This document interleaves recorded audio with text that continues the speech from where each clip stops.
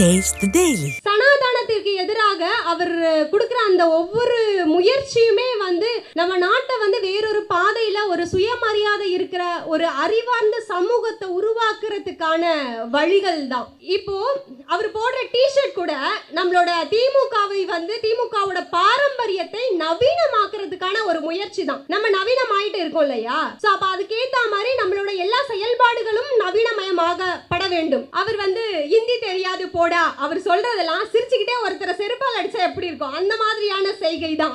சமீபத்துல ஆளுநர் அவர்களை வந்து என்ன சொல்லுவார்னா RSS ஆளுநர் அப்படின்னு சொல்வார். அப்படி சொல்லி அவரோட சங்கித்தனத்தை தோலுரித்து காட்டியவர் நம் இளந்தலைவர் அவர்கள்.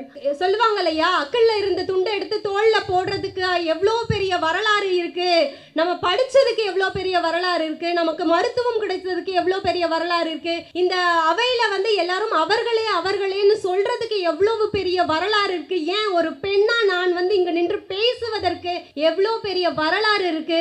இந்த வரலாறு எல்லாம் நமக்கு தெரியப்படுத்தி நமக்கு உறுதிப்படுத்தி கொண்டிருக்கின்ற ஒரே அரசு நம் திராவிட அரசு மட்டும்தான். இந்த பகுதிக்கு ஈக்காட்டு தாங்கள் அப்படின்னு எப்படி பெயர் வந்ததுன்னு உங்களுக்கு தெரியுமா? ஆக்சுவலா தாங்கள் அப்படின்னா மரங்கள் நிறைந்த பகுதியை தான் தாங்கள் அப்படின்னு சொல்லுவாங்க. ஈச்சம் மரங்கள் நிறைந்த பகுதி தான் ஈச்சம் காட்டு தாங்கள்.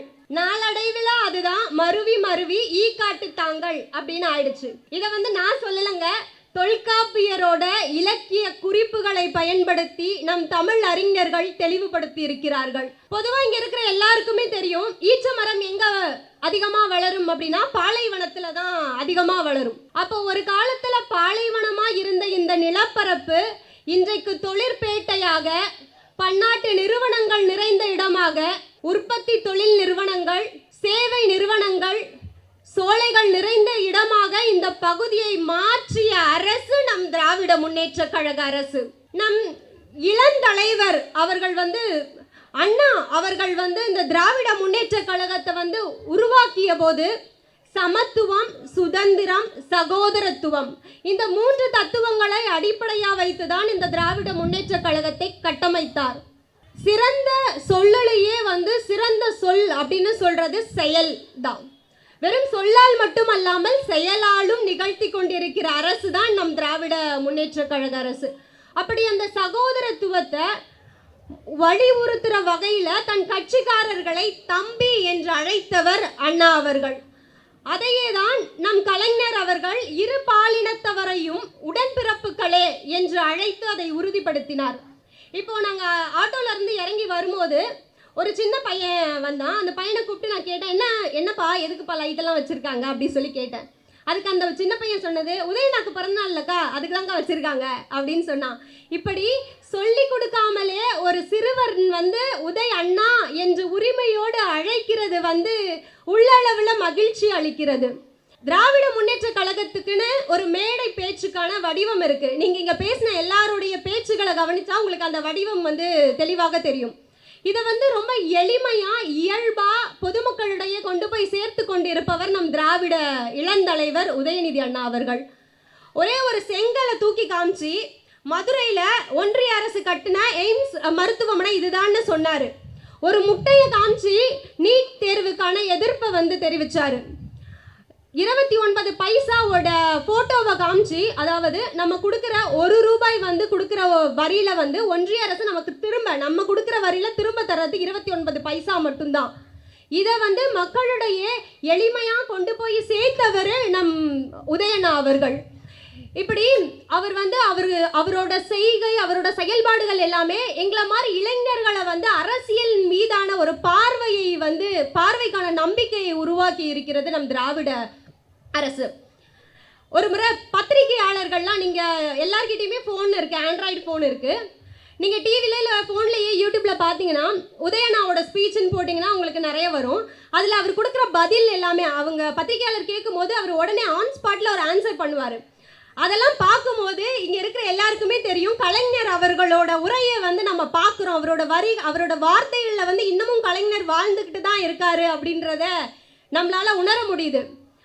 ஒரு முறை ஒரு பத்திரிகையாளர் அவர்கள் வந்து உதயண்ணா அவர்கிட்ட கேட்குறாரு, ஒன்றிய அரசு வந்து இப்போ வெள்ளம் வந்தது இல்லையா, அதை வந்து ஏன் தேசிய பேரிடராக அறிவிக்கலை? ஏன்னா போன வாட்டி வந்த வெள்ளத்தை வந்து தேசிய பேரிடராக அறிவிச்சாங்க. ஏன் இதை வந்து தேசிய பேரிடரா அறிவிக்கல அப்படின்னு சொல்லிட்டு கேட்குறாரு ஒரு பத்திரிகையாளர் உதயண்ணா கிட்ட.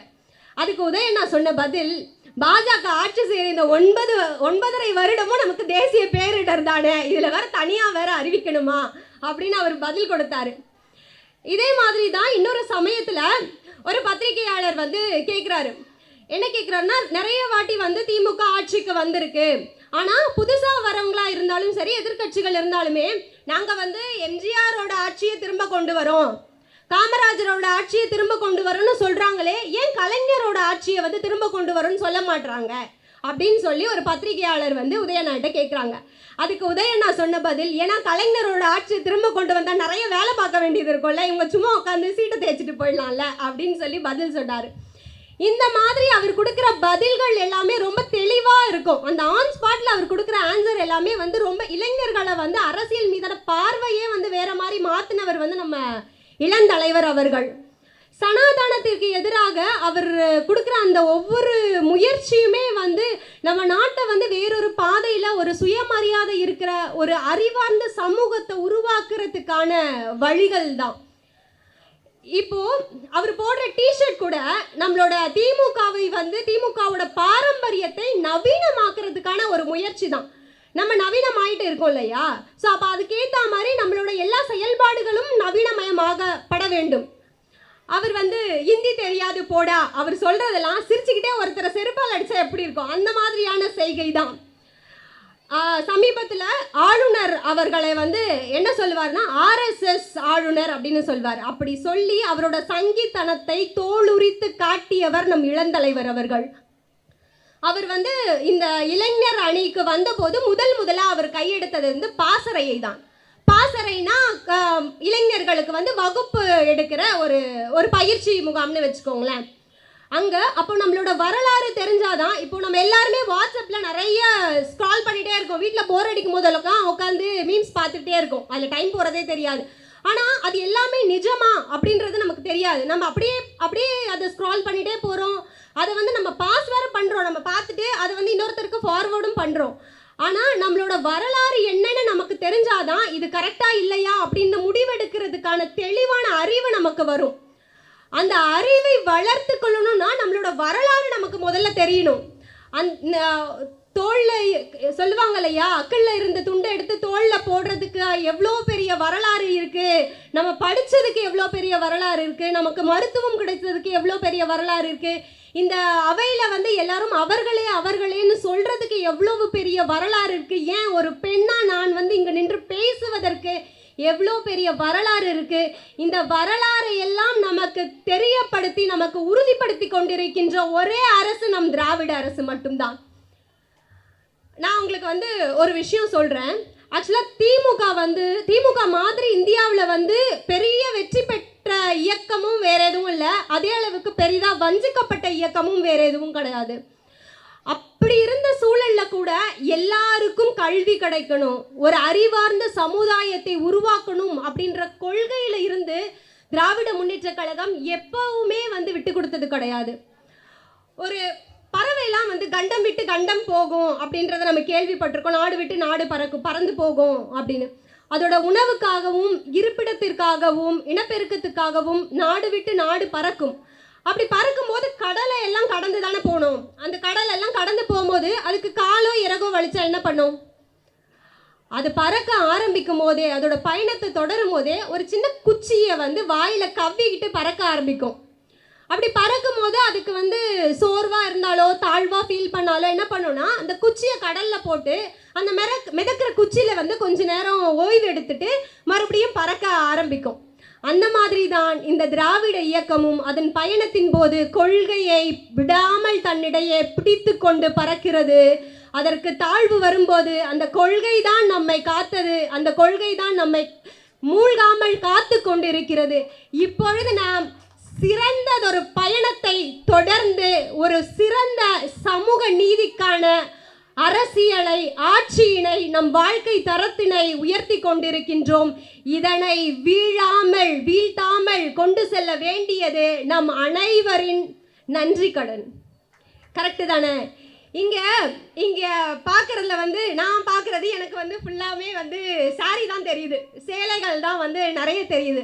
அதை பார்க்கும்போது ரொம்ப சந்தோஷமாக இருக்குது.